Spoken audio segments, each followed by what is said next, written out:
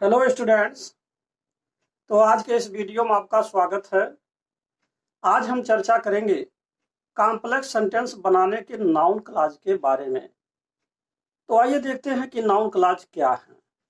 देखिए, number 3, complex sentence बनाना। ये synthesis का तीसरा पॉइंट है जो चल रहा है, और इसमें आपका पहला नाउन क्लॉज बनाना। तो नाउन क्लॉज कैसे बनता है इसके बारे में यहाँ लिखा हुआ है। इसका निर्माण मुख्यतः इंट्रोगेटिव प्रोनाउन तथा कुछ कंजंक्शंस के द्वारा होता है, जबकि इसका हिंदी में अर्थ निकालने पर यह हिंदी भाषा के अक्षर का से उच्चारित होता है। तो जैसा कि मैंने पिछले वीडियोज में आपको बताया था कि अगर आपको कॉम्प्लेक्स सेंटेंस बनाना है तो उसमें 3 महत्वपूर्ण बातों को जानना जरूरी है, यानी कि नाउन क्लॉज बनाना, एडजेक्टिव क्लॉज बनाना और एडवर्ब क्लॉज बनाना। बिना इन तीनों के आप कॉम्प्लेक्स सेंटेंस की रचना नहीं कर सकते। तो जिसमें से आपका पहला पॉइंट ये चल रहा है नाउन क्लॉज। तो नाउन क्लॉज के लिए 2 बातों को कहा जा रहा है कि इंट्रोगेटिव प्रोनाउन तथा कुछ कंजंक्शन। हम इन्हीं दोनों लोगों की सहायता से नाउन क्लॉज बनाते हैं। तो देखिए, यहाँ इंट्रोगेटिव प्रोनाउंस लिखा है। अब इंट्रोगेटिव प्रोनाउंस क्या होते हैं? जैसे यहाँ दिया हुआ है कि व्हाट दिया है, वेयर दिया है, व्हाई दिया है, हाउ दिया है, व्हेन, हु, व्हिच, whom और whose। इसमें आप देख रहे हैं हर एक शब्द जो भी इसमें आया हुआ है या तो W से शुरू है अथवा H से, क्योंकि जो इंट्रोगेटिव प्रोनाउन होते हैं, यहाँ देखिए जो इंट्रोगेटिव प्रोनाउन लिखा है, तो ये इंट्रोगेटिव प्रोनाउन या तो W से शुरू होता है अथवा H से शुरू होते हैं। तो वे शब्द जो W अथवा H से शुरू हो उन्हें हम इंट्रोगेटिव प्रोनाउन कहते हैं, और इन्हीं की सहायता से हम नाउन क्लॉज बनाएंगे। दूसरी बात यह है कंजंक्शन। कुछ कंजंक्शन इसमें है, जैसे मान लीजिए दैट है, इफ है, वेदर है। कंजंक्शन किन्हीं 2 शब्दों को या किन्हीं 2 शब्द समूहों को अथवा किन्हीं 2 उपवाक्यों को अथवा किन्हीं 2 वाक्यों को आपस में जोड़ता है। तो अब बात यह है कि यहाँ एक चीज और लिखा है कि जैसे हिंदी में जब हम इसका अर्थ निकालते हैं तो हिंदी भाषा के अक्षर का से उच्चारित होगा। इसका मतलब ये हुआ कि व्हाट का अर्थ होगा कि क्या, वायर माने की कहाँ, व्हाई का मतलब की क्यों, हाउ माने की कैसे, व्हेन माने की कब, हु माने की कौन, व्हिच माने की क्या, हुम माने की किसे, हुज माने की किसका। तो इस तरीके से यह हिंदी भाषा के हिंदी वर्ण का से उच्चारित होगा। अब दूसरी बात यह है कि जैसे अब यहाँ पर देखिए कुछ एग्जाम्पल्स दिए गए हैं, इनको हम समझाना चाहते हैं और आप इसको समझिए।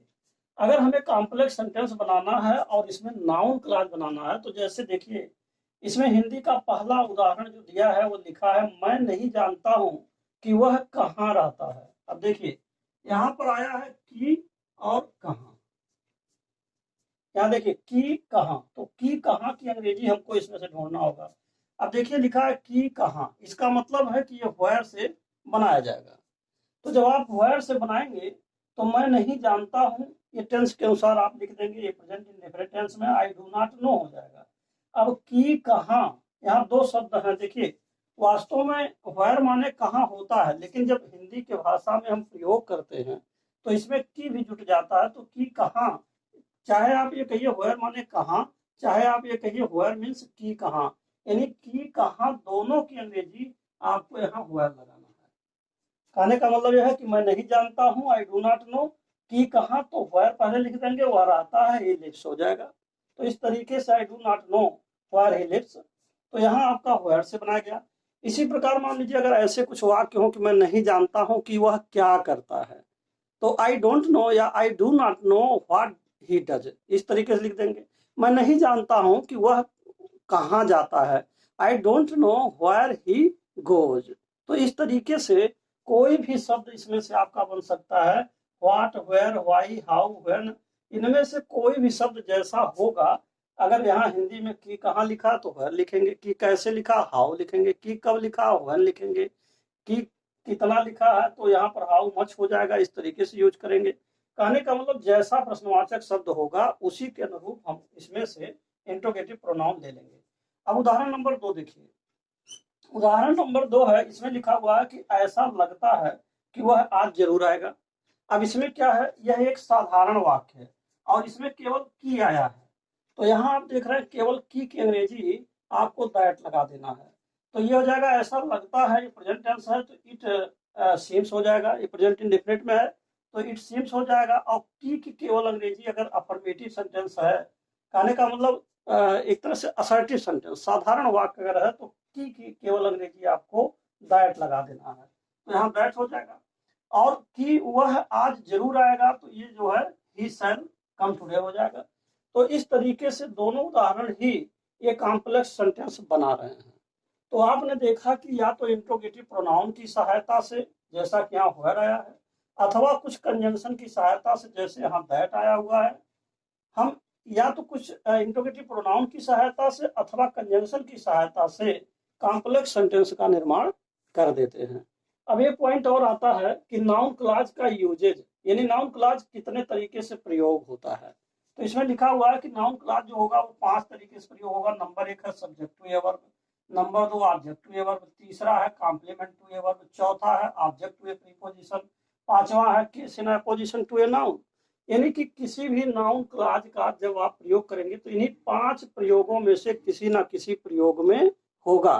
तो अब बात यह है कि जैसे पहला उदाहरण है और दूसरा उदाहरण है, अगर हम इन दोनों उदाहरणों को देखें कि इनमें से किस तरीके के नियम से प्रयोग किया गया है, तो अब आप यहाँ देखिए इसको कैसे समझेंगे।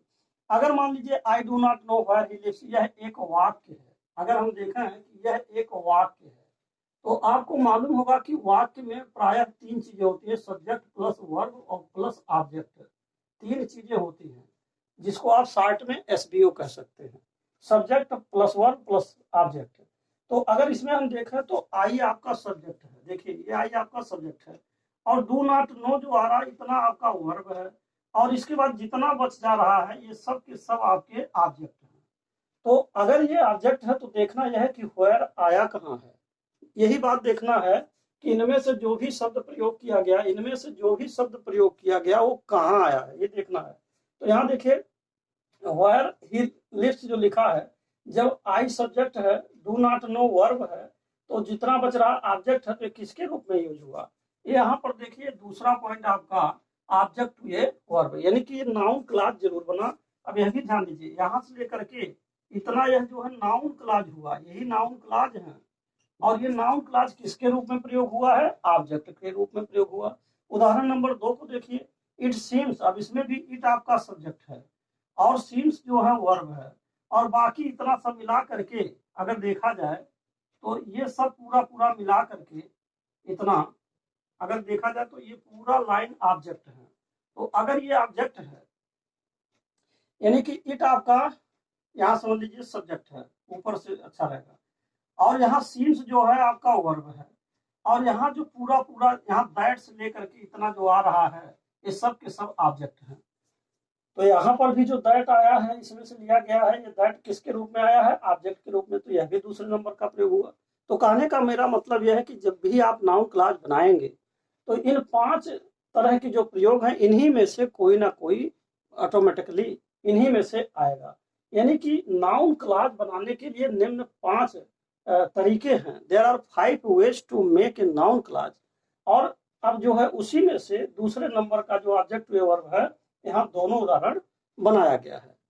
तो अब मैं आपको बारी बारी से, यानी कि सब्जेक्ट टू ए वर्ब, फिर ऑब्जेक्ट टू ए वर्ब और कॉम्प्लीमेंट टू ए वर्ब, इसको हम जो है एक एक करके अब आपको हम आगे समझाने वाले हैं। तो अब आप देखिए सब्जेक्ट टू ए